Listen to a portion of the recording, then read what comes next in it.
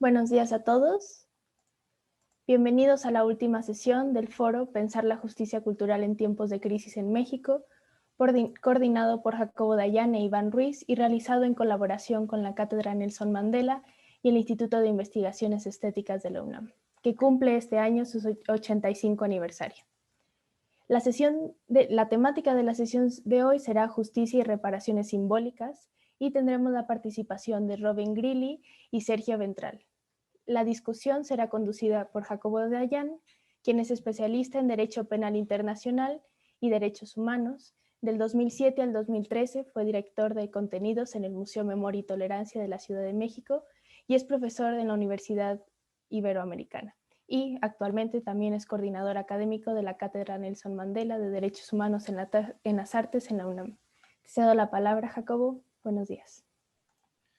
Buenos días, gracias Lucía y gracias a la Cátedra Inés Amor por coordinar este foro, que con esta es su cuarta sesión y terminamos las cuatro mesas de este foro que podrán consultar en el canal de YouTube de la Cátedra Inés Amor. Bueno, a nombre de la Cátedra Nelson Mandela y de la Coordinación de Difusión Cultural, les doy la bienvenida a esta última sesión, en la que estaremos hablando con Robin Greeley. Daré una muy breve semblanza de Robin. Es profesora de Historia del Arte en la Universidad de Connecticut y profesora afiliada en el MIT. Se especializa en arte moderno y contemporáneo de América Latina y ha publicado extensamente sobre la relación entre el arte y la política. Tiene una larga lista de libros y es miembro fundadora del Symbolic Reparation Research Project. Trabaja actualmente en analizar las políticas y prácticas de la conmemoración estética en la representación simbólica para las víctimas de violaciones a derechos humanos en las Américas. También me da mucho gusto presentar y estará con nosotros Sergio Beltrán García. Es arquitecto, activista e investigador mexicano enfocado en el eje de la memoria dentro de las prácticas estéticas y políticas de la justicia transicional.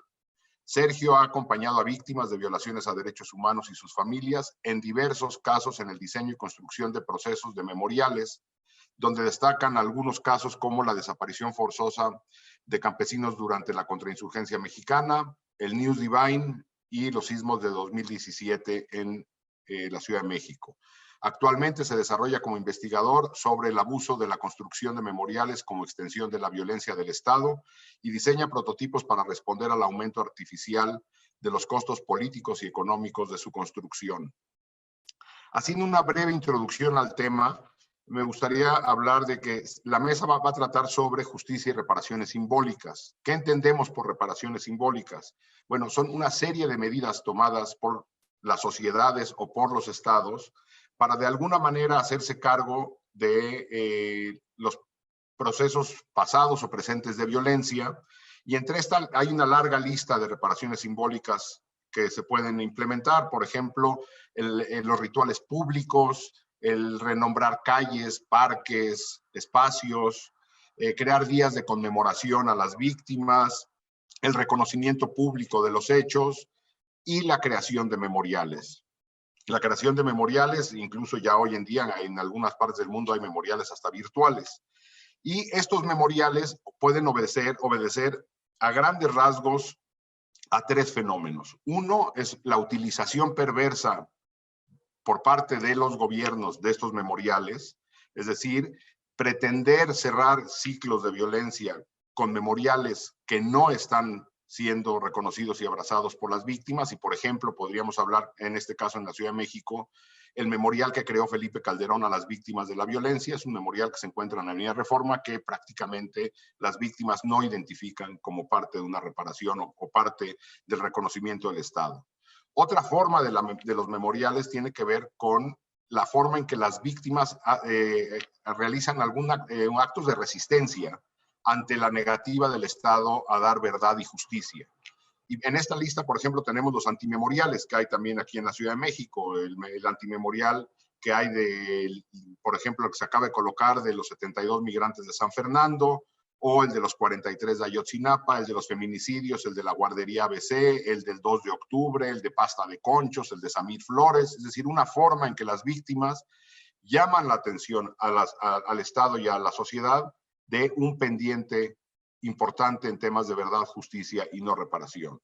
Y la otra pues, es como tendría que ocurrir, es decir, que después de procesos o al tiempo en que se dan los procesos de verdad y justicia, el Estado reconoce y la sociedad reconoce los hechos y crea estos memoriales para dar cabida a un discurso público de aceptación de los hechos y tratar de regenerar el tejido social y la confianza con las autoridades para generar una pedagogía con cara al futuro.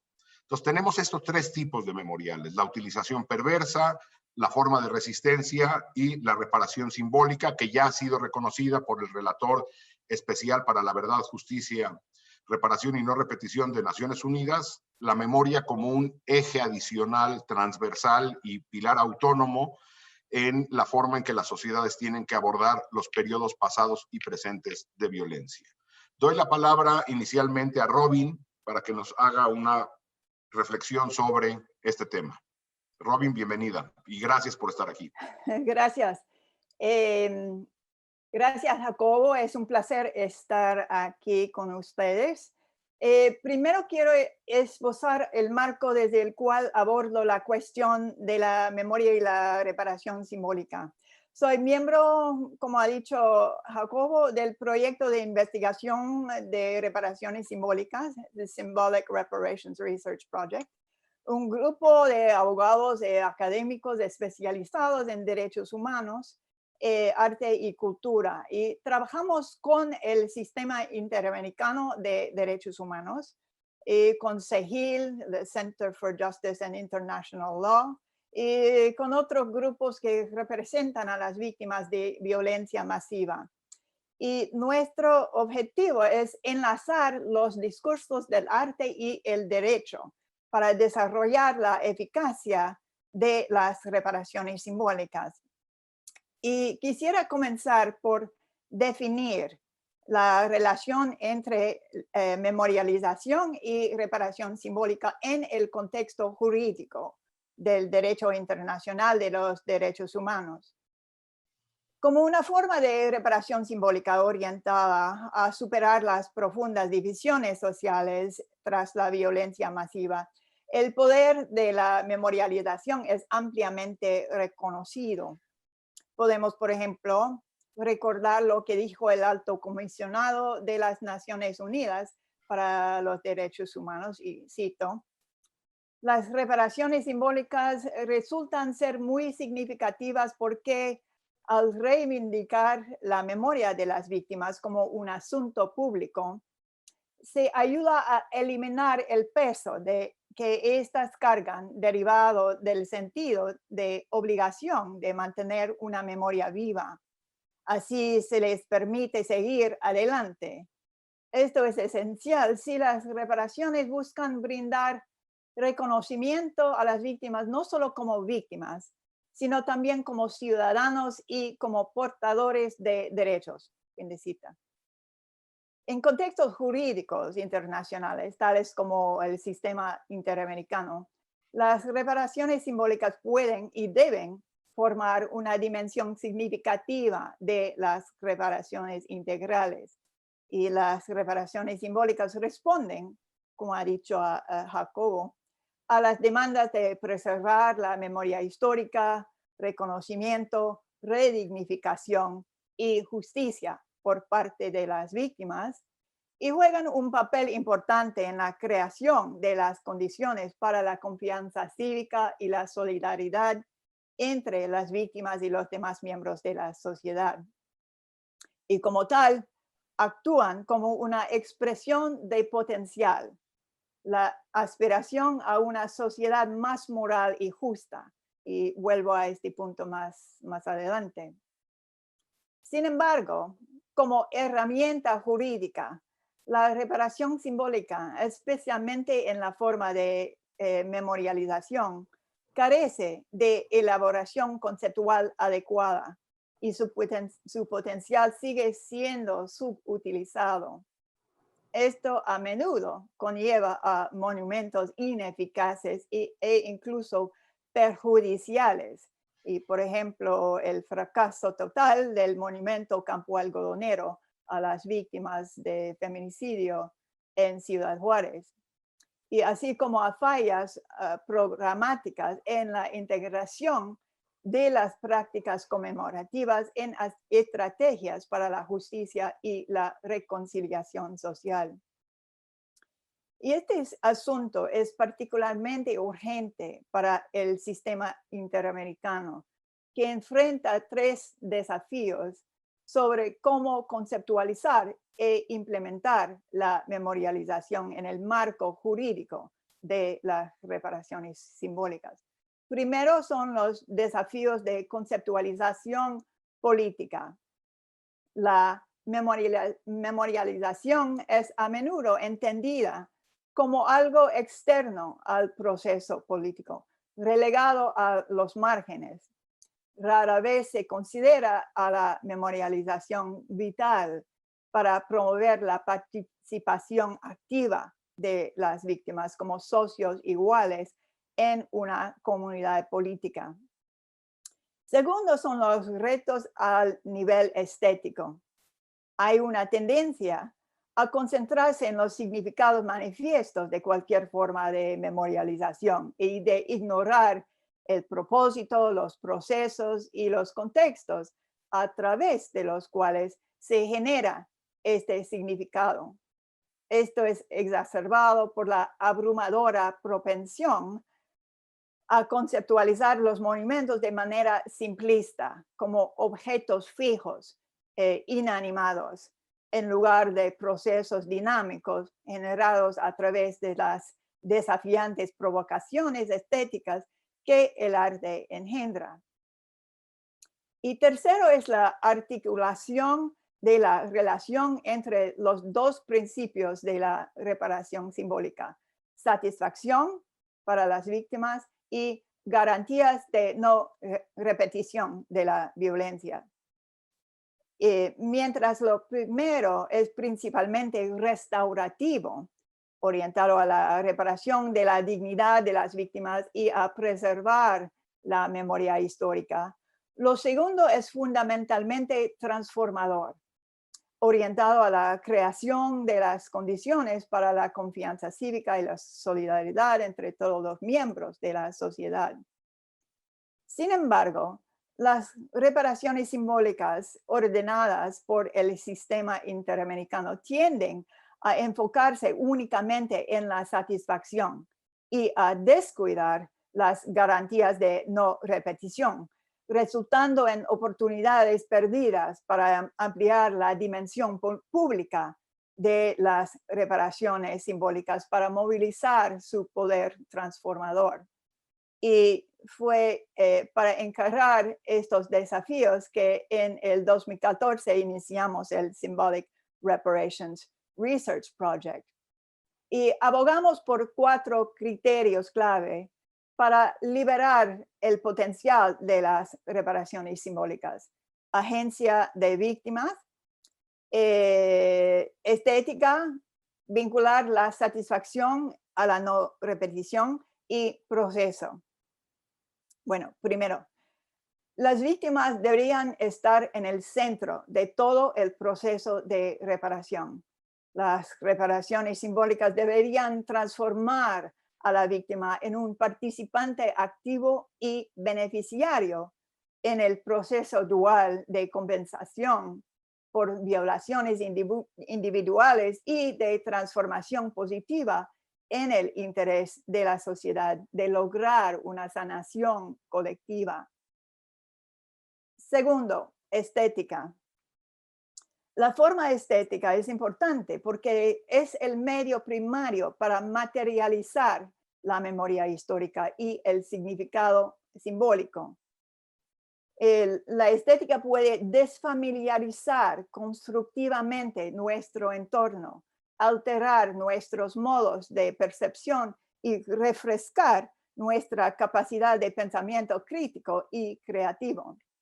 Cuando es innovadora, la experiencia estética ofrece una oportunidad única para vincular la satisfacción con la no repetición, de involucrar a los espectadores en una experiencia transformadora, de vincular la memoria con la reparación, de volver al pasado para proyectar en el futuro, para recordarnos que en la remembranza es un llamado al deber, reparar una relación ética recíproca entre el Estado, las víctimas y la sociedad. Y tercero es unir medidas de satisfacción con garantías de no repetición. Si bien el principio jurídico de las reparaciones integrales ya conecta estas dos categorías, sus vínculos deberían unirse causalmente para fomentar la transformación social. Aunque las garantías de no repetición proporcionan mecanismos legales y procesales que contribuyen a prevenir las violaciones, son los actos simbólicos de reconocimiento social los que proporcionan la base moral para la no repetición. Por lo tanto, garantizar la no repetición implica conceptualizar la reparación simbólica como restaurativo y transformadora. Cuarto, proceso. Más allá de producir objetos materiales como monumentos o placas, para que sea verdaderamente reparadora, la memorialización debe enmarcarse como un proceso continuo a 3 niveles. Primero, su diseño e implementación deben centrarse en un diálogo genuino con las víctimas, de modo que las reparaciones funcionen como un espacio dialógico para fomentar la confianza y el reconocimiento mutuo entre los actores inmediatos y la sociedad en general.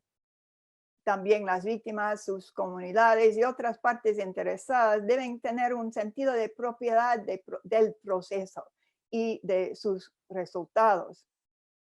Segundo, el proceso participativo provocado por la forma material de la reparación simbólica como tal, ya sean ceremonias de disculpa pública, monumentos o otros gestos simbólicos. Los actos de memorialización deben promover actuaciones dinámicas de compromiso cívico.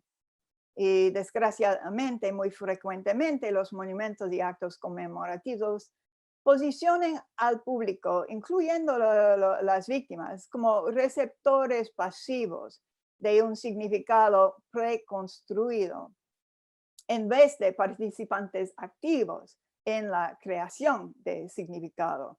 Y esto puede conducir a la percepción de que las reparaciones son asuntos de arriba hacia abajo, que privan aún más a las víctimas de sus derechos.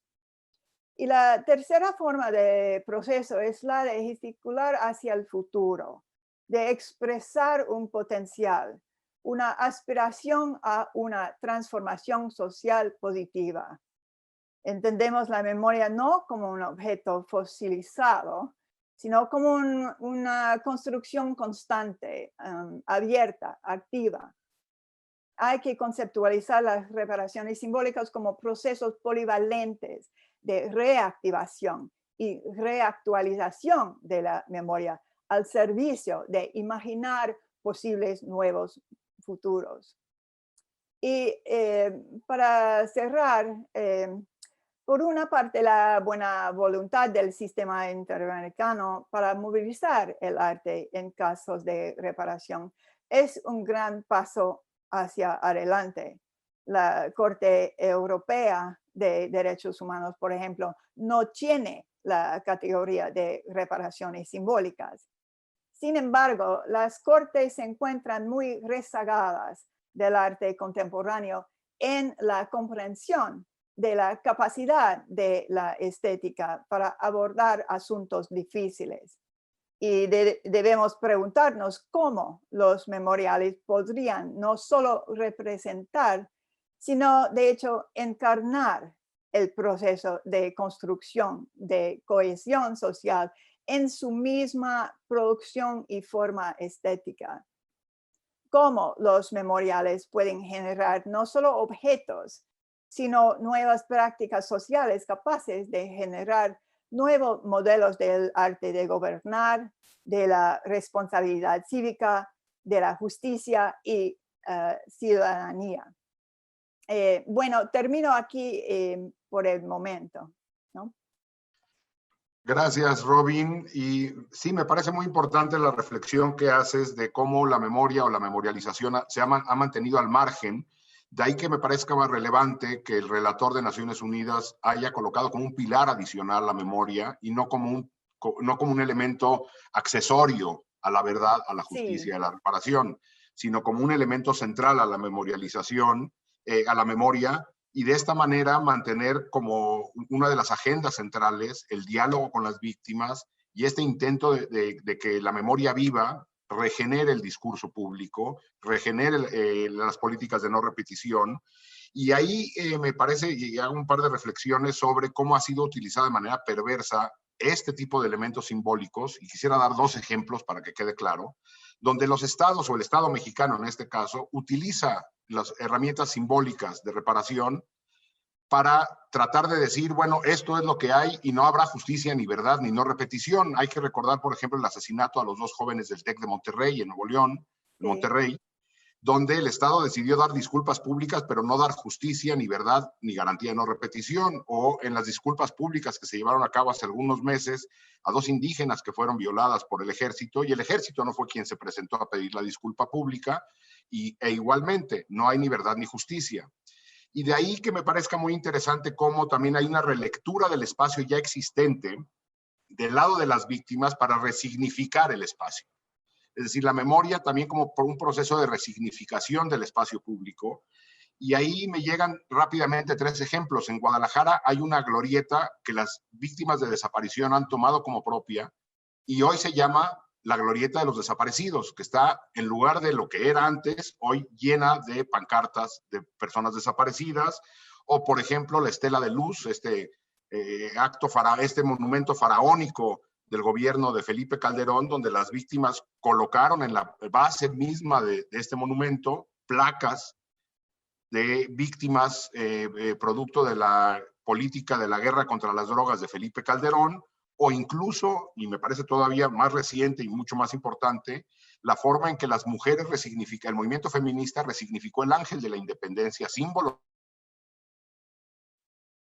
nacional, con graffiti diciendo México es un país feminicida. Es decir, hay una resignificación del ángel de la independencia a partir de las exigencias del movimiento feminista para generar un discurso público tendiente verdaderamente a un diálogo, a la no repetición y a la justicia. Sergio, ¿tú qué tienes? ¿Qué opinas al respecto? Hola, pues yo creo que lo que puedo tomar de lo que acabas de mencionar, Jacobo, Claro. era, bueno, tenía preparado unas diapositivas, pero no pasa nada. Lo que quería yo era justo como retomar, ¿no? Todos estos ejercicios donde el Estado mexicano, comenzando bueno, no comenzando, pero uno de los ejemplos más flagrantes de esta violencia o de cómo la memoria o la memorialización se convierte en violencia es pues, precisamente el ejercicio de memoriar a las víctimas de la violencia, ¿no? Ahí en Reforma, que se supone que era un proceso en el que las víctimas iban a ser pues los principales protagonistas de un proceso que iba a tomar años y un proceso muy, muy largo en el que se iba a hacer una caravana por todo el país recogiendo las historias de la violencia, que eso se convirtiera en información para también hacer diagnósticos de política pública y cómo incluso iba a habilitarse en la Ciudad de México durante meses un espacio para poder trabajar el diseño o el componente estético del memorial.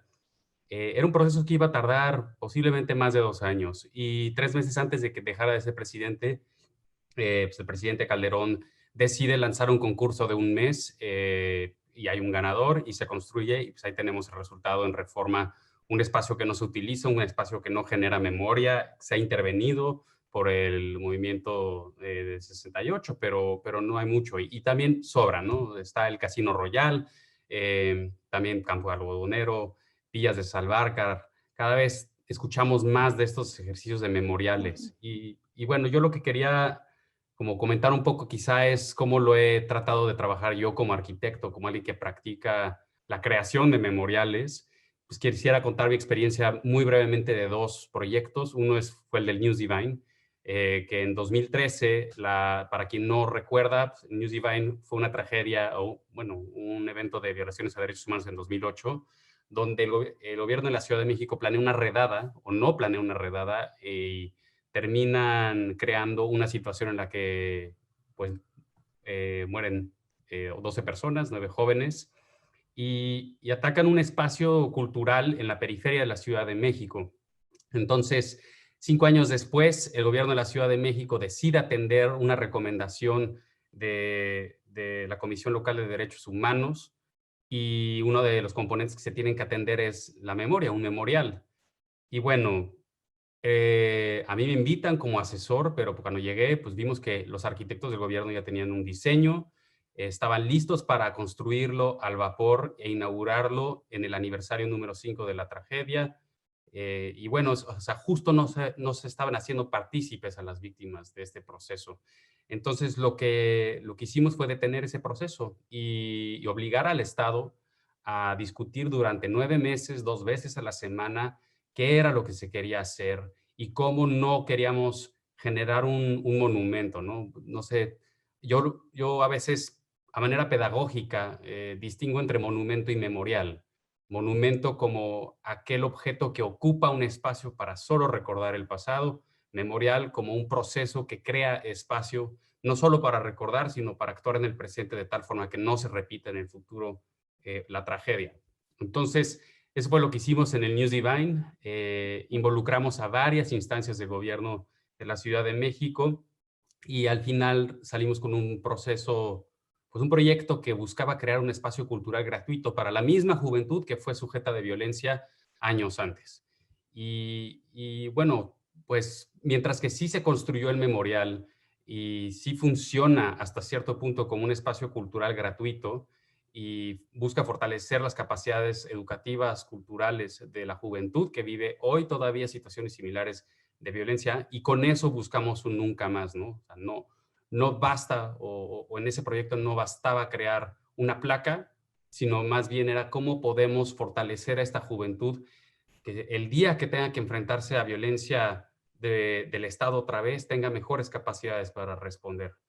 Pero bueno, han habido retos. En el News Divine no ha habido justicia, de tal forma que incluso uno de los perpetradores de los mandos, el entonces delegado, hoy alcalde de esa misma parte de la Ciudad de México, vuelve a tener esa posición de poder, y el memorial también ha sido como una especie de moneda de canje político, ¿no? Entonces, es sumamente difícil trabajar desde dentro del Estado para poder generar estos proyectos.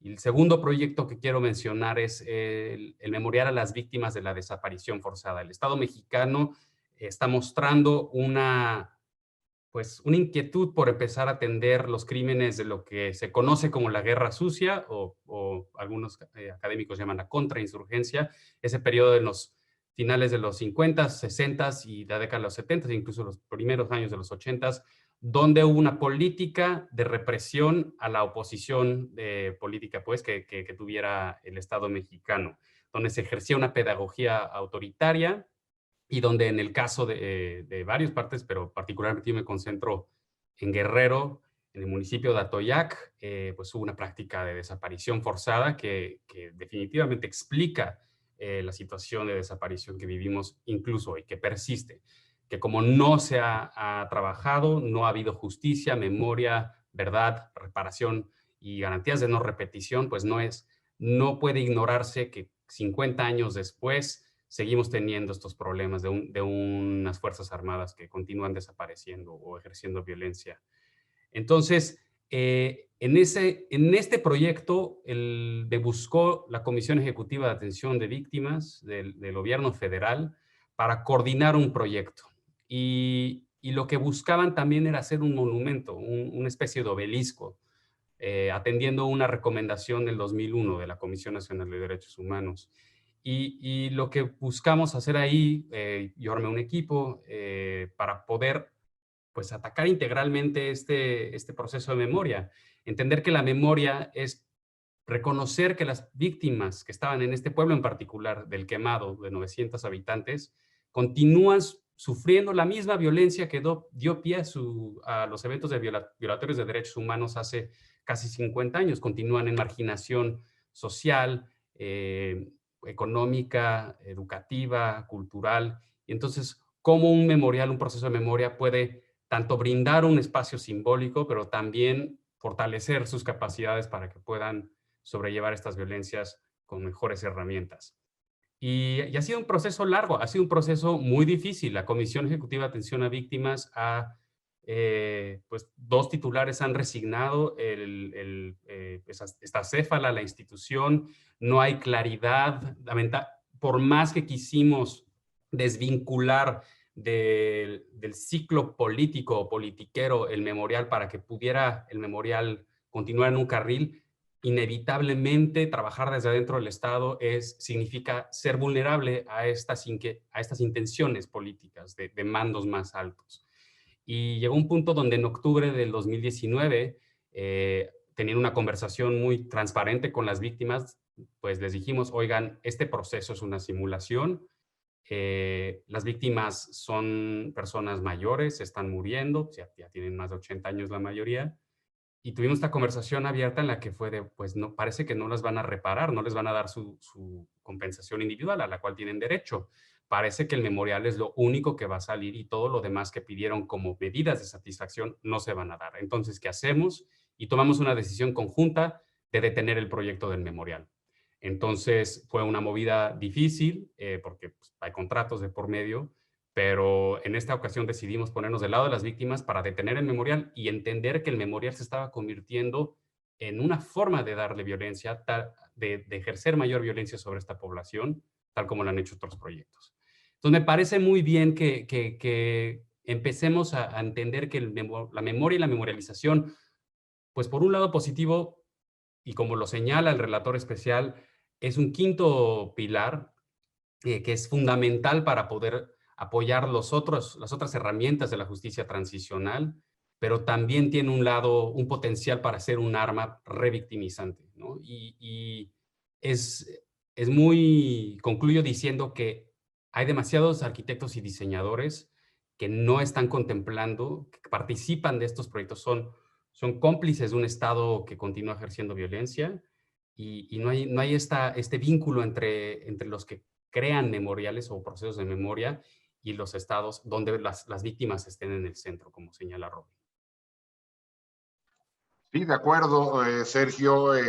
La utilización perversa de este tipo de herramientas ha sido una constante de varios gobiernos, incluyendo los gobiernos mexicanos, y hay que entender al objeto o al proceso de memorialización como algo vivo, permanente y parte integral de una reparación. Es decir, las reparaciones son integrales, no son a pedazos, y no se puede pensar en la memoria o en memorializar o en reparaciones simbólicas mientras no haya verdad y justicia, que son 2 elementos centrales de la reparación.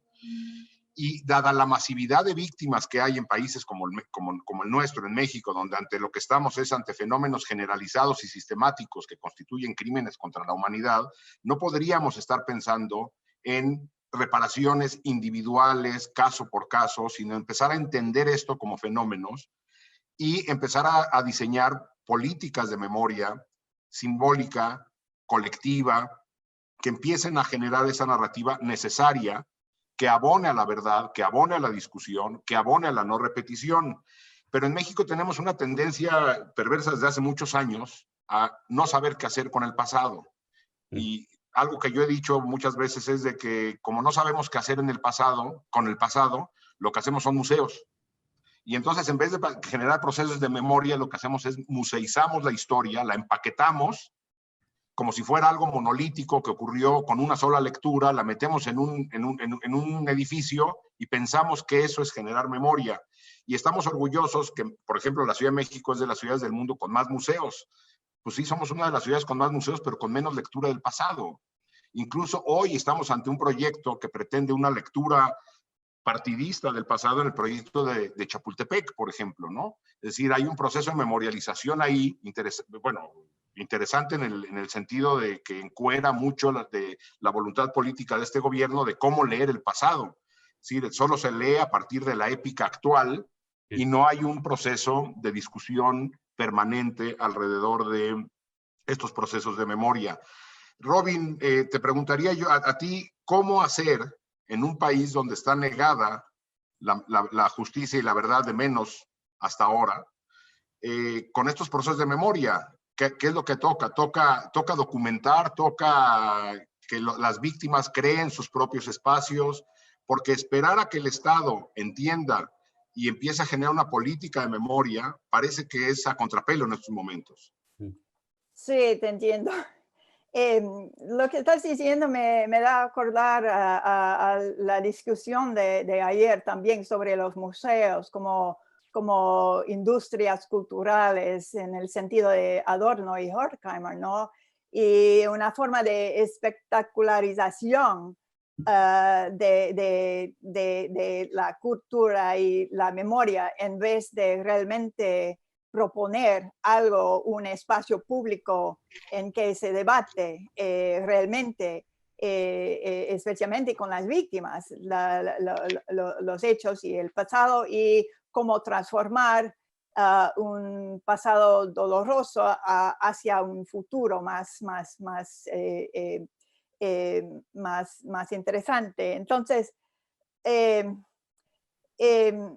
dentro de esto veo que hay una tensión entre pensar en un arte de resistencia y un arte de reconciliación. Y como has dicho, en el marco jurídico, tenemos que pensar en reparaciones integrales. Entonces, la reparación simbólica en forma de memorialización tiene que ser parte integrado con las otras formas de reparación y no separada. Entonces, la justicia, recompensación, convención y las otras formas de reparación tienen que ser integradas. Pero también es muy difícil hacer a las cortes y todos los participantes, sino aparte de las víctimas que saben muy bien todo, cómo funciona el arte. Y cómo funciona la estética en términos de, por ejemplo, en términos de largo plazo, no como resultados inmediatos, que siempre la Corte y el Estado quieren algo inmediato, quieren reparaciones medibles, ¿no? Quieren cosas concretas. No quieren saber, no quieren pensar en lo estético y el arte como algo que puede trabajar con asuntos difíciles, con asuntos ambiguos. Y eso es lo que hace la estética y el arte, trabajar con cosas muy ambiguas. Y nosotros del Symbolic Reparations Research Project, es que ha sido un trabajo duro para explicar lo que hace el arte y por qué es importante. Y de evitar que los estados, la corte, mandan monumentos, ¿no? La corte tiende a mandar como parte de su decisión monumento. Y esa palabra, como has dicho, Sergio, es, bueno, tiene muchos problemas, ¿no? Y entonces abrir en el marco jurídico un espacio para realmente pensar en lo que puede hacer el arte. O sea, si es una arte de resistencia o un arte de reconciliación. Y también quiero pensar un poquito más sobre esa dualidad entre resistencia y reconciliación. Porque como el panel de ayer y anteayer, el panel de anteayer creo que habló de arte de resistencia. Y eso es súper importante mantener ese espacio de poder por la parte de las víctimas, en resistir, un espacio de resistencia contra las tendencias del Estado, ¿no? Pero también hay que involucrar al Estado de cierta manera, de alguna manera, porque si no lo hacemos, entonces el Estado queda aparte y queda lo mismo que siempre. Entonces, ¿cuál es la relación entre arte de resistencia y arte de reconciliación? Sí, ahora que hablabas me llegó a la mente un par de ejemplos, incluso del mismo gobierno. En el estado de Coahuila hubo un diálogo con víctimas en la ciudad de Torreón y crearon un memorial que las víctimas han abrazado, un memorial a las víctimas de desaparición. Pero, por ejemplo, en el caso y hay que hablar, Torreón fue la quinta ciudad más peligrosa del mundo. Hubo años en los años de la guerra en Siria, por ejemplo, la laguna de Coahuila y Durango era una de las 5 zonas más violentas del planeta. Y el mismo gobierno, en Allende, Coahuila, ante la masacre de más de 300 personas en marzo de 2011 entre Allende y Piedras Negras, la decisión que tomó fue la que decía Sergio, muy vertical, y la creación, para variar, de un obelisco, como el trademark de los monumentos en el mundo, y para variar, arriba del obelisco, para ponerle el toque de reparación, siempre colocan o una paloma o una llama. Entonces, es como la reducción absoluta del memorial al objeto, sin entender que se trata de procesos vivos. La memoria no es el objeto, pero la tentación de los gobiernos es cerrar el expediente y cerrarlo lo más rápido posible. Y así como los tribunales han tardado en entender que la verdad que se requiere no es la verdad jurídica, sino la verdad social y la verdad económica y la verdad política, y que no le corresponde a los tribunales abonar a la verdad más que a la justicia, a la verdad que corresponde a la justicia, y han entendido de a poco que, por ejemplo, el trabajo de comisiones de la verdad, poco más lejano al trabajo propio de un abogado y de un tribunal, abonan a la reparación. Tendrían que entender también los tribunales que en los memoriales ocurre lo mismo. No es un trabajo de abogados y de tribunales la definición del objeto o el proceso de memoria que se tendría que establecer. Sergio, tú has trabajado muy de cerca, o tu área de estudio es la utilización perversa de esto, ¿no? Es decir, cómo los estados están utilizando la memoria como para tratar de cerrar expedientes. Pues yo creo que un ejemplo que estamos viviendo hoy, digo, mencionabas la llama, pues es lo que se está haciendo con el coronavirus ahorita, ¿no? Como hay prácticas de los estados que ahorita están empezando a utilizar la memoria, a ponerle un sello, un branding, una marca, convertirla en una llama, convertirla en un minuto de silencio, cuando están omitiendo por completo su responsabilidad de cuidar las vidas de las personas y de fortalecer la derechohayencia a la salud, a la protección. Y entonces es una forma de cerrar el capítulo y pasar hacia adelante, ¿no? O sea, lo que hizo el gobierno de España y la corona española hace un mes y medio de hacer este alarde, esta ceremonia majestuosa donde homenajeaban con una llama eterna, y ahora estamos viendo que de nuevo están surgiendo estos, ¿no? Entonces, eso es un problema que hay que ver. Yo he estado cada vez llegando a la conclusión más de que hay que ver la memoria como un recurso, y como cualquier otro recurso se puede explotar, se puede minar, se puede acumular y se puede utilizar de una forma que va en contra para quitar la memoria a las personas. El Estado se apropia de la memoria de las personas, se adorna con ella para poder usarlo a su propio fin, ¿no? Y eso es algo que tenemos que tener mucho cuidado cuando se convierte en un monumento, en un obelisco. Porque Ahora, Sergio, nada más déjame interrumpirte porque rápido, porque ahorita que decías el caso español, que fue un acto cívico, que comparto contigo la lectura. En México, el primer acto que hubo en memoria de las víctimas de la pandemia fue en Palacio Nacional, el presidente en un minuto de silencio, flanqueado por 2 soldados que al final tocaron con una trompeta, ¿sí? Una diana, es decir, convertir la tragedia de la pandemia en una resistencia épica militar. Sí, sí, tal cual. O sea, ese es el... Y bueno, o sea, está aún más grave dado el contexto militarizado de México, ¿no? Cómo se mezclan estas dos esferas y en ningún momento se habla de lo que está sufriendo la víctima, ¿no? O sea, en ningún momento se le permite a la víctima decir, esta es mi verdad social, la que tengo que compartir y de la cual necesito yo ser el agente para poder reparar mi posición, ¿no? Y bueno, quería nada más agregar cómo, pues, digo, día a día se abren estos flancos. Lo de Circular de Morelia, que también fue un museo, una musealización del gobierno federal. Nada más para contextualizar, por quien no entienda, Circular de Morelia es un edificio que fue parte de la Secretaría de Seguridad Pública, en aquel entonces se llamaba Dirección General de Seguridad, que era la encargada de pues, las desapariciones aquí en la Ciudad de México, en un edificio ahí en la colonia Roma.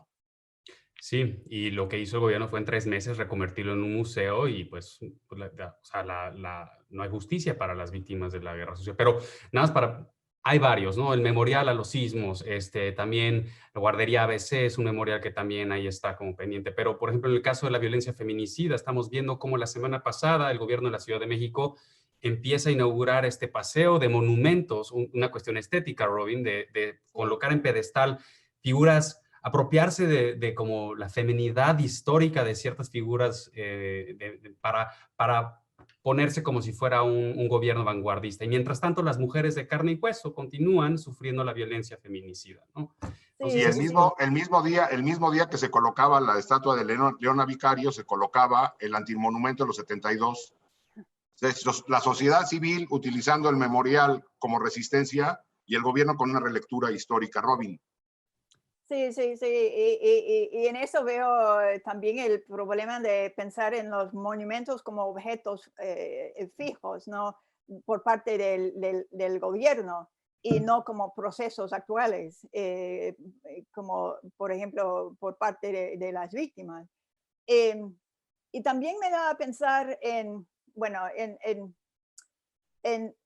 estamos hablando de situaciones dentro de México o casos jurídicos dentro de México y no tanto al nivel de América Latina y el sistema interamericano. Y el sistema interamericano existe porque hay ese tipo de problemas dentro de Estados-naciones, ¿no?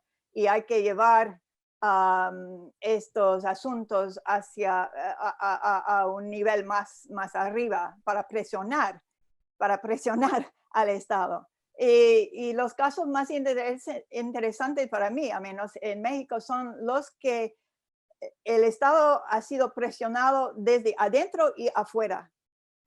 Desde adentro por la ciudadanía y también la ciudadanía de México vinculada con la ciudadanía global, digamos. Por ejemplo, en los 43, Ayotzinapa. Y también me da a pensar un poco en, bueno, si podemos buscar ejemplos que sí han funcionado de cierta manera. Y me ha dado a pensar en algunos casos en la Corte Interamericana que sí, son muy pocos ejemplos, pero que sí han sido aceptados por las víctimas y que han generado algo de transformación en la sociedad, aunque poco. Estoy pensando, por ejemplo, en Perú. En Perú es interesante comparar el caso de El Ojo que Llora, el memorial El Ojo que Llora, con la exposición Yuyanapac, la exposición fotográfica, no sé si la conocen, de Yuyanapac, que fue un resultado de la Comisión de Verdad y Reconciliación en Perú. Y es interesante porque Yuyanapac funcionó mucho más mejor que El Ojo que Llora. Y El Ojo que Llora es un memorial súper bonito, súper interesante al nivel estético, pero es que ha faltado una política social en general para que la estética, lo estético del Ojo que Llora funcione. No sé si conocen el memorial, es un extenso laberinto de como 32,000 pequeñas piedras en forma de un laberinto. Y cada piedra lleva un nombre de una víctima del conflicto y la fecha de su muerte. Nada más eso, solo eso. Entonces, cualquier persona que fue víctima es tratada de la misma manera, o que sea Sendero Luminoso o ciudadano tal, ¿no? Y El Ojo que Llora es interesante estéticamente porque rechaza la escultura figural y mimética y en vez de eso incluye la figura humana en el espectador, por parte del espectador, que va trazando el laberinto, va buscando su nombre, su piedra, y viendo la enormidad del trauma, ¿no? Pero es que El Ojo que Llora no realmente ha cambiado la discusión, el debate. Pero sí, Yuyanapac, que fue en otro momento político, tuvo su oportunidad en ese momento. Y El Ojo que Llora no. Entonces, veo que tenemos que buscar situaciones, aunque sean muy restringidas, situaciones políticas en que la estética puede trabajar. Y también tenemos que, estoy pensando en otro ejemplo que viene del caso Río Negro versus Guatemala. Fue un masacre horrible en que la Corte ordenó un museo como reparación simbólica, pero el museo realmente era un resultado de un diálogo real entre el Estado y las víctimas, en que las víctimas estaban puestos al centro de ese diálogo. Entonces, tuvieron la posibilidad de hacer un museo sobre la cultura maya allí, y pensar al pasado para transformar al futuro. Y también tuvo el museo, la corte visitó al museo. Entonces, ese acto de visitar y de dar seguimiento a la reparación, parece que ayudó mucho a que ha funcionado. Entonces, es un poco la presión desde adentro y afuera que resultó en al menos esta reparación simbólica que funcione. Sí, evidentemente, Robin, los procesos de memoria obedecen también al tiempo político en que ocurren y a las posibilidades políticas en las que estos se desarrollan. Recuerdo también ahorita que decías Perú, la creación del Museo de la Memoria en Perú, sí, suscitó una serie de discusiones sobre qué narrativas museológicas se iban a incluir en este museo, porque es la versión oficial de lo ocurrido, del conflicto, y fueron procesos muy complicados, a diferencia, por ejemplo, del museo, el mismo museo, el equivalente en Chile, sí. o el Centro Nacional de la Memoria Histórica en Colombia, que funcionó, y ahora este gobierno, el gobierno actual, pues, ha tratado de dar una relectura distinta al Centro Nacional de la Memoria Histórica Colombiana, con una visión mucho más cercana a la visión del conflicto que tiene el gobierno de Duque, cercano al gobierno de Uribe.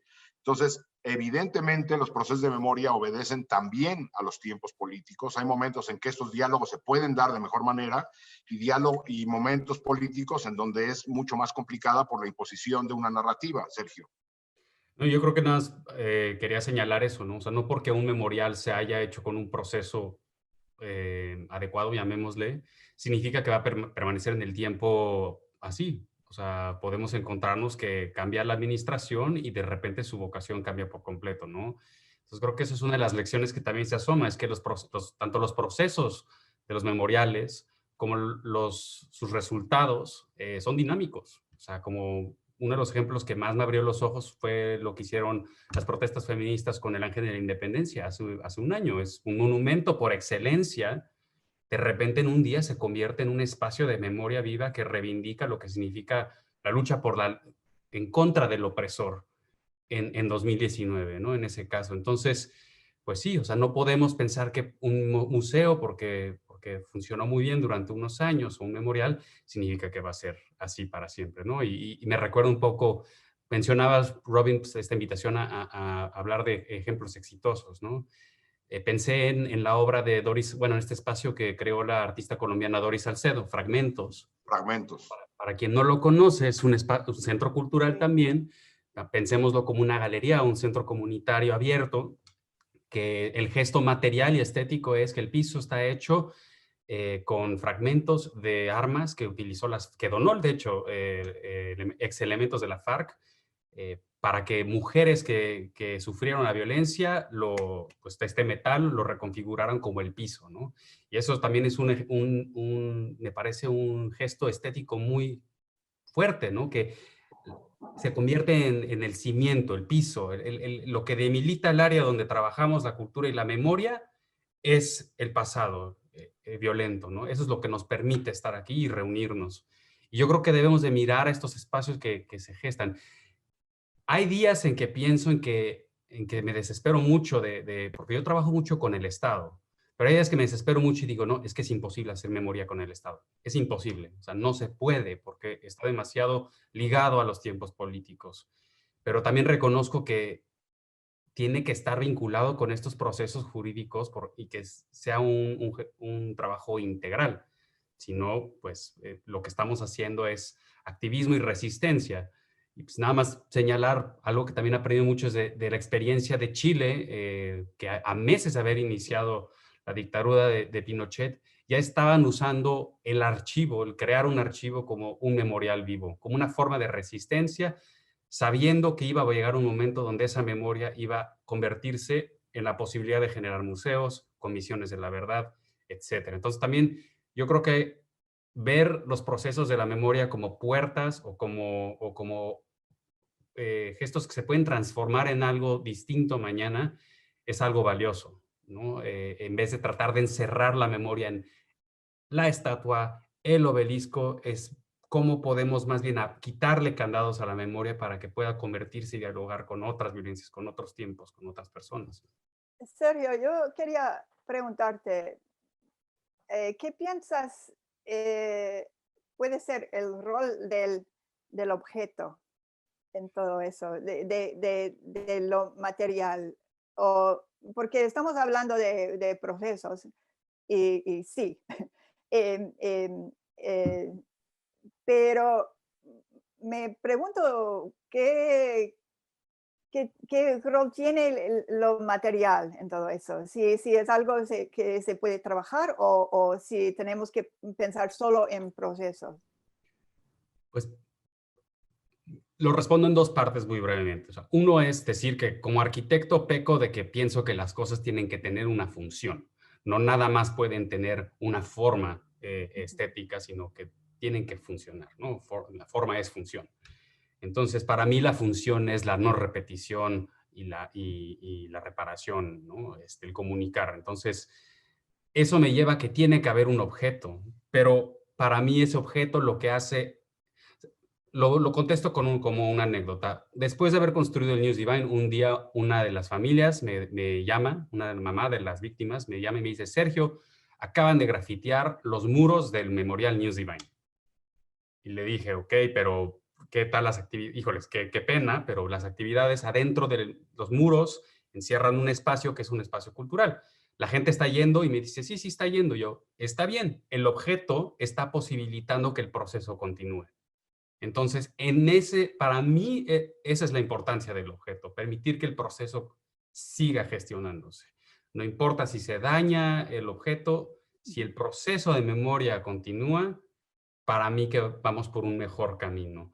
Porque también han habido en lo estético, en lo que rige el objeto, pues están estas ideas del contramonumento, ¿no? O el antimonumento, o bueno, lo que pues algunos pensadores, estoy pensando en James Young, como definieron con el contramonumento, ya van a ser 30 años desde que se empezó a hablar de esto, de hecho. Y eso también ha generado la monumentalización, o sea, los contramonumentos también se han convertido en monumentos en sí.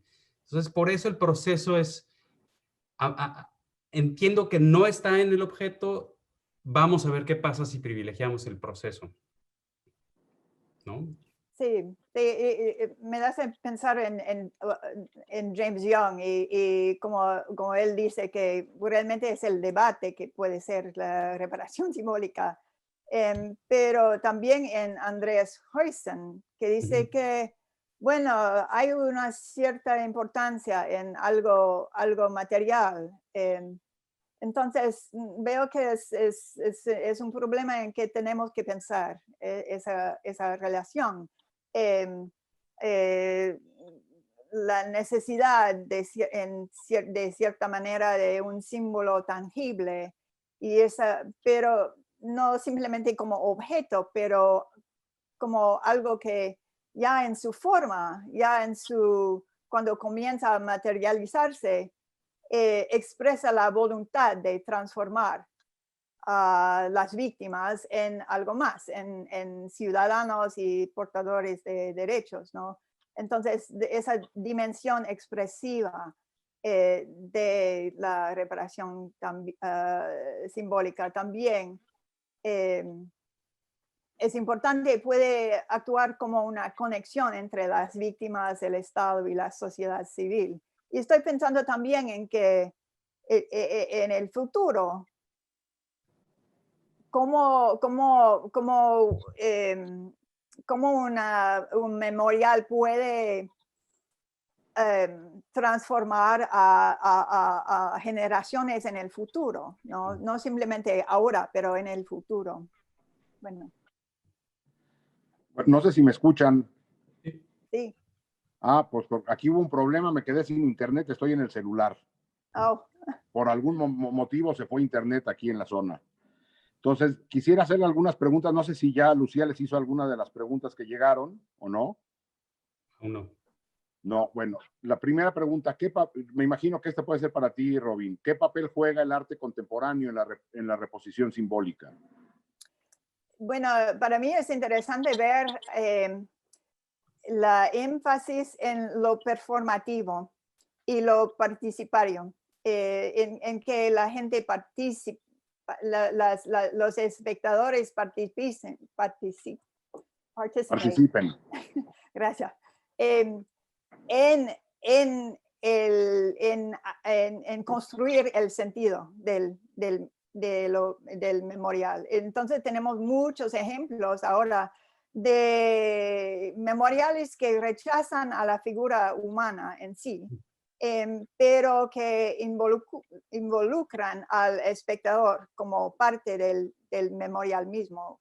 Como he dicho, El Ojo que Llora, the Vietnam Veterans Memorial. Bueno, hay muchos. Y eso viene de un discurso bien desarrollado en el arte contemporáneo que viene del minimalismo, que rechaza la figura abierta mimética, pero que reformularon el espacio y el objeto como una interacción entre el sujeto espectador y el objeto escultura. Entonces, es una forma de repensar la relación sujeto-objeto, nosotros, el mundo, cómo enfrentamos al mundo. Y eso ha sido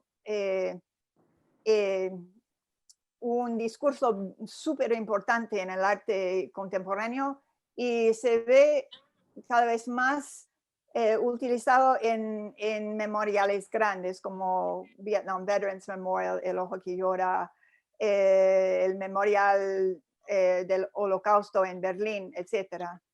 Esa es una forma importante. Pero más allá de eso es la cuestión de cómo funciona la estética como un espacio siempre como un dialéctico, un espacio dialéctico entre la forma material y el contexto. Y cómo ese diálogo, digamos, entre los dos abre posibilidades para repensar el mundo, rupturar nuestros hábitos de pensamiento. Y esto es algo que tiene lo estético que no tiene, que no se puede hacer de otra manera. Y otra forma que también ha sido recurrente recientemente del arte contemporáneo tiene que ver con la representación de la ausencia. Sí, sí. Suena complicado, pero sí es la representación de la ausencia, y ahí me llama la atención el trabajo de Horst Hoheisel, el alemán, sobre todo sus trabajos en el memorial de Hessel y en el memorial que tiene en Buchenwald, donde tiene una placa de metal a temperatura humana, pero no hay nada más. O incluso el memorial del 68 en el Centro Cultural Tlatelolco, que es una explanada con pisadas, pero sin gente. Es otra de las formas. A mí me gustaría agregar algo. O sea, en cuanto a lo que, digo, lo que estamos viendo de estas representaciones de ausencia y del rechazo a la figura humana o sea, venimos de una tradición de principios del siglo pasado y, bueno, que todavía se practica, desafortunadamente, donde la pedagogía del monumento es explícita, ¿no? Te da una placa, genera espectadores, no genera diálogo, es un monólogo, el objeto te está diciendo qué es lo que tienes que pensar. Y luego viene este camino distinto con los contramonumentos, con todos estos objetos estéticos que generan ausencia, que lo que hacen es relegar al espectador la interpretación del pasado. Pero ahí también hay un peligro. O sea, llegó a ser tan literal, llegó en su rechazo a la literalidad, el arte contemporáneo terminó por volverse extremadamente literal. ¿Y a qué me refiero con eso? Es que necesitas interpretación. Y en esa falta de tener un intérprete que te diga, es que esto significa esto, es donde se pierde la historia, la parte de la historia. O sea, sí, no lo hemos platicado mucho, pero la memoria y la historia no son lo mismo, pero el peligro de generar un objeto o una experiencia estética que le dé tanta agencia al espectador para interpretar, es que puede malinterpretarse por completo. O sea, una de las prácticas más violentas que se me ha hecho de esto en México es justo lo que hizo Calderón con estas placas de acero mudas. Sí. Es que ahí no hay ninguna historia, ningún testimonio, no hay una persona violentada representada. Entonces, ¿qué hace uno frente a esta experiencia estética? Pues quedarse mudo, escribir su propia interpretación del dolor, y eso no tiene agencia sobre la realidad cruda, violenta, que continúa hasta que habían pasado 8 años y ese memorial pues sigue mudo, o sea, sigue sin poder decir nada sobre eso.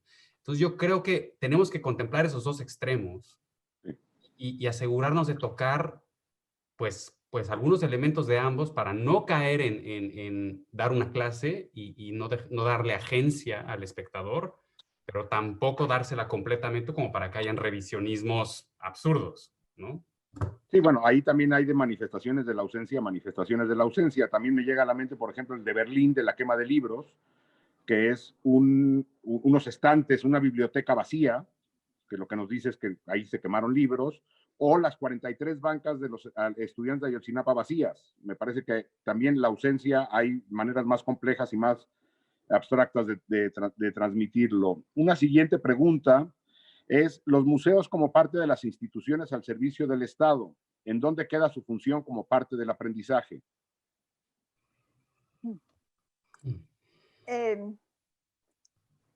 Bueno,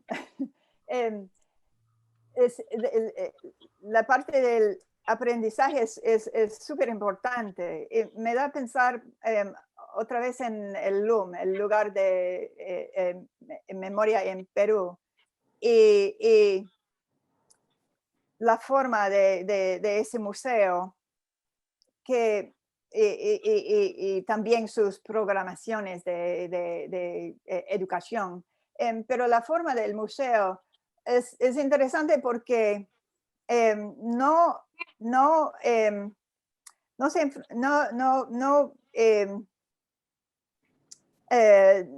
haga atención solamente al conflicto entre el Estado y Sendero Luminoso. Piensa en la opresión contra la gente indígena como una cosa de siglos, ¿no? Entonces empieza con la historia colonial para explicar lo que pasó en el conflicto, ¿no? Entonces, es una cierta forma de pensar el museo que es completamente diferente, por ejemplo, al Museo de Chile de Memoria y Derechos Humanos, que solo trata al conflicto, a la dictadura, ¿no? Y olvida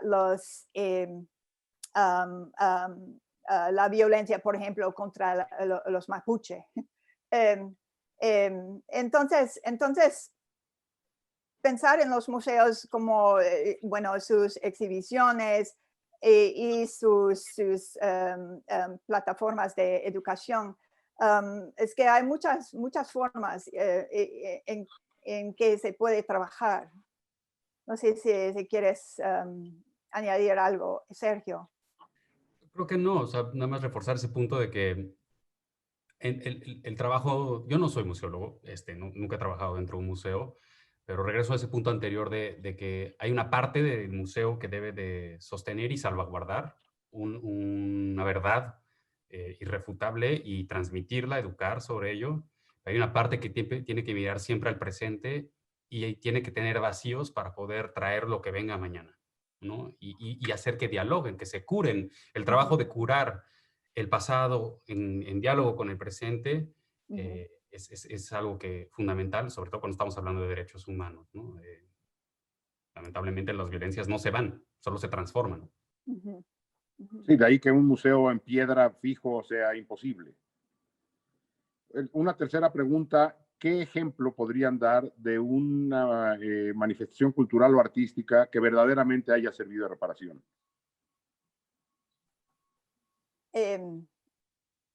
Bueno, como he dicho, para mí los ejemplos desde el punto de vista del sistema interamericano son bastante pocos que realmente han funcionado. Y por eso también se nota que el sistema se confía menos, cada vez menos en la eficacia de las reparaciones simbólicas y tienden a mandar como parte de sus decisiones, bueno, monumento, ya, o disculpa pública, ya, sin realmente pensar en cómo utilizar las reparaciones simbólicas de manera efectiva. Entonces, lo que vemos hay que repensar el rol de la memorialización dentro de ese marco jurídico. Y eso es lo que ha hecho, ¿cómo se llama? Fabián, no me acuerdo, el reportero, en su propósito de poner la memorialización como quinto pilar de la justicia transicional. Y lo que veo es que otra vez las reparaciones que sí han funcionado de alguna manera dependen mucho del sentido de ser un proceso y de integrarse en un momento político con una forma interesante, innovadora, no simplemente monumento en una estatua en un pedestal, ¿no? Me da a acordar a Juliana Pak, esta exposición fotográfica que mostró al público en Perú, especialmente la gente de Lima, un verdad sobre su país que no conocían, o a menos decían que no sabían. Que el conflicto tomó casi 70,000 personas, 70,000 vidas, ¿no? Un costo súper alto. Y que la gente en Lima no sabían que había tantos muertos, ¿no? Y no simplemente eso, pero las caras y las situaciones de la gente indígena. Y mostró al país que realmente era y es un país de son dos países. Es el país indígena y el país de los blancos, de la gente de Lima, la gente decente, ¿no? Entonces, que seguir así era imposible. Y fue en un momento muy específico que Juliana Pak tenía la posibilidad de tener ese efecto tan impactante por su forma y por su momento. Sergio. Pues a veces se me olvida que sí, digo, no soy cínico, sigo siendo optimista, pero a veces se me olvida que sí hay memoriales que creo que han generado reconciliación. Quizá no tan colectiva, pero pienso, ahorita quisiera mencionar, y no está dentro de las resoluciones del Sistema Interamericano de Derechos Humanos, pero el Legacy Museum en Montgomery, en Alabama, ese, lo explico brevemente, es producto de una organización que lleva ya como 40 años trabajando para sacar a personas condenadas injustamente pues, ¿cómo se dice? Ejecuciones, pues, pero es una organización que se ha dedicado a litigar para sacar a personas de condenas capitales. Ay, Dios, ¿cómo se dice en español? Bueno, el punto Penas de es... muerte. Sí, de pena de muerte. Y lo que hace esta organización, ellos construyeron hace 2 o 3 años un memorial en Alabama y me parece que es un trabajo, lo que están haciendo en este memorial es documentando y generando un archivo que documenta todas las veces que ha habido un linchamiento de una persona de color en Estados Unidos y lo convierte en un objeto estético, ¿no? Entonces, para cada condado en Estados Unidos hay un prisma metálico sobre el cual se van progresivamente grabando los nombres de las personas que han logrado documentar que fueron linchadas. Pero lo que hace este memorial es que traza la historia de la esclavización y del linchamiento hacia personas de color, personas a cómo se expresa hoy en día a través del encarcelamiento masivo y desproporcionado a personas negras, latinas y de color, y también cómo desproporcionalmente son las que mayormente están sujetas a recibir la pena de muerte. Y litigan para sacar a estas personas de esa forma legal o torcida de matarlas y de quitarles la vida, de esclavizarlas de cierta forma. Entonces es un memorial que me parece que hace un muy buen trabajo en traer el pasado al presente, en hacer que dialoguen y que repare la vida de personas que hoy están sufriendo esa violencia. Entonces, me parece que es un referente a cómo hay que como romper estas barreras entre presente, pasado y futuro y entender que todo está como en simultáneo y que tanto puede tener una expresión estética, pero también un brazo jurídico y también esté dando un mensaje colectivo hacia afuera de que no nada más es el individuo que se está litigando para comprobar su inocencia, sino también es develar el sistema, la violencia sistémica que desproporcionalmente racista que ataca a una población. Entonces, yo creo que ese es un buen referente para contestar esa pregunta. Sí, yo podría a lo mejor agregar, perdón, Robin. Oh, go. Se me ocurre también el memorial en Srebrenica, que es un memorial vivo, donde cada año se van agregando las víctimas a la masacre, al genocidio en Srebrenica de 95, que se van encontrando en fosas clandestinas, o con todos sus problemas, los procesos de memoria viva en Argentina. Es decir, hay algunos espacios en Argentina que creo que funcionan mejor que otros, la Plaza de Mayo, de alguna manera, que es un espacio vivo. No sé si la ESMA podría ser otra de las opciones, como un espacio con los problemas que tiene la ESMA, pero funciona. Robin. Sí, la ESMA es un ejemplo interesante porque tiene ese sentido de memoria corporal, que la frase de Diana Taylor, en que cuando entras es un edificio institucional, pero pasas a los espacios muy extraños en el ático, donde estaban las víctimas de la represión, y te sientas como estás ahí como víctima tú misma. Entonces, ese sentido de compartir con el espectador, de poner el espectador como he dicho, como participante en el memorial. Es algo que comparte la ESMA con el memorial en Alabama y también con el memorial de Vietnam Veterans Memorial en Washington, D.C., que a mí me parece uno de los mejores memoriales en forma de reconciliación, no tanto resistencia, pero reconciliación en un momento en mi país donde estábamos tan separados como hoy día también. Pues interesante. Bueno, pues Robin, Sergio, muchas gracias. Lucía, Graciela, no sé si andes por ahí, porque aquí en el celular no veo. Aquí estoy ya. Completo. Ya ando por aquí con ustedes, cómo no.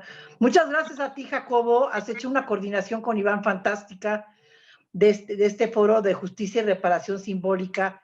Creo que cerramos con una sesión muy potente.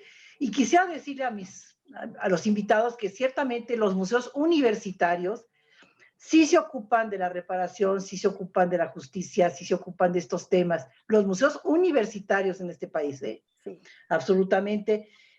¿Por qué? Porque manejamos esta rama de la museología crítica, aspiramos a tener un activismo museal, absolutamente, a tener un papel transformando a la sociedad o de la mano de la sociedad. Y hemos tenido, por ejemplo, en el MUAC, las bordadoras, se habló de las bordadoras aquí, pues el archivo de las bordadoras o los lienzos de las bordadoras están en el MUAC. Hemos tenido exposiciones tan trascendentes como el siluetazo. Tuvimos exposiciones que se dedicaron a investigar el caso Ayotzinapa como Ai Weiwei, como Forensic. Entonces sí tenemos un papel importante, o queremos tener un papel importante dentro de estos temas tan dolorosos, pero pues tan necesarios. Pero es que yo fui al de Forensic Architecture y por eso estoy aquí, en Londres, porque fui a esa exposición y dije, esto lo necesito. Quería preguntarte sobre eso, es súper interesante. Y también lo que dices, Graciela, es importante porque veo que la UNAM es bueno, cosa aparte, bueno, tiene su propio poder en ese... Tenemos libertad de criterio y de pensamiento crítico. Sí. Por eso están estos foros, son voces. Mira, por ejemplo, una pieza muy importante de Eric Beltrán, muy importante, donde presentaban todo el árbol genealógico de Atlacomulco. Y dentro de este árbol genealógico, pues había muchos huesos y tumbas y todo esto, ¿no? Esa pieza fue censurada. Corrieron a la directora. Y esa pieza, ¿sabes dónde está? Está en el MUAC. Entonces, eso te habla de la libertad de criterio, del papel que queremos tener los museos universitarios. Sí queremos tener un papel trascendente y eso tiene que ver con la museología crítica. Y Forensic estuvo nominado al premio, sí, que es como los Óscares de exposiciones, casi nos los ganamos. Entonces, sí, O la otra es Tlatelolco con el proyecto de M68 y el rescate. claro, todos los museos universitarios y el Chopo también ha hecho esas cosas, desde luego. Son museos que tienen una función crítica, tienen una función, claro, estética, tienen una función lúdica, pedagógica, pero la columna vertebral del museo universitario es tener una función crítica, de libertad, de criterio, ser un ámbito seguro donde se pueden expresar todas las ideas y debatirlas. Eso es. Y bueno, qué bueno que pude decir esto. Y justamente del 7 al 12 vamos a tener un foro que se llama Desnormalizar al museo. Ya no queremos museos normales, queremos un museo anormal, que es un museo que no sea un museo inocente, no existen los museos inocentes, un museo donde se revise la función del curador en este ambiente tan peculiar que nos ha tocado vivir, a ver si estamos listos para aventurar un nuevo paradigma y vamos a ver qué pasa qué pasa con el poder, quién tiene el poder, qué discurso tiene el poder dentro del museo. Va a ser un foro extendido, o sea, vamos a acabar de lunes a sábado, vamos a tener invitados de Alemania, de Argentina, de Colombia, de Río de Janeiro, de Los Ángeles, de Barcelona, de Madrid. Entonces, no se lo pierdan. Y doy las gracias de nuevo a cuenta a Jacobo, a Iván y a Robin. Qué bueno que estás en Londres después de Forensic, ¿eh? Ese es el papel del museo también, absolutamente. Pues, de hecho, estoy trabajando con ellos, o sea... Genial. Oye, pues vamos a platicar más sobre eso. Muy bien, Sergio. Qué bien, ¿eh? Muy bien. Es crear conciencia y hacer estos teasers para que cambie las vidas de las personas. Muchísimas gracias y nos vemos entonces el día 7. Muchas gracias. Gracias. Gracias. Gracias. Gracias.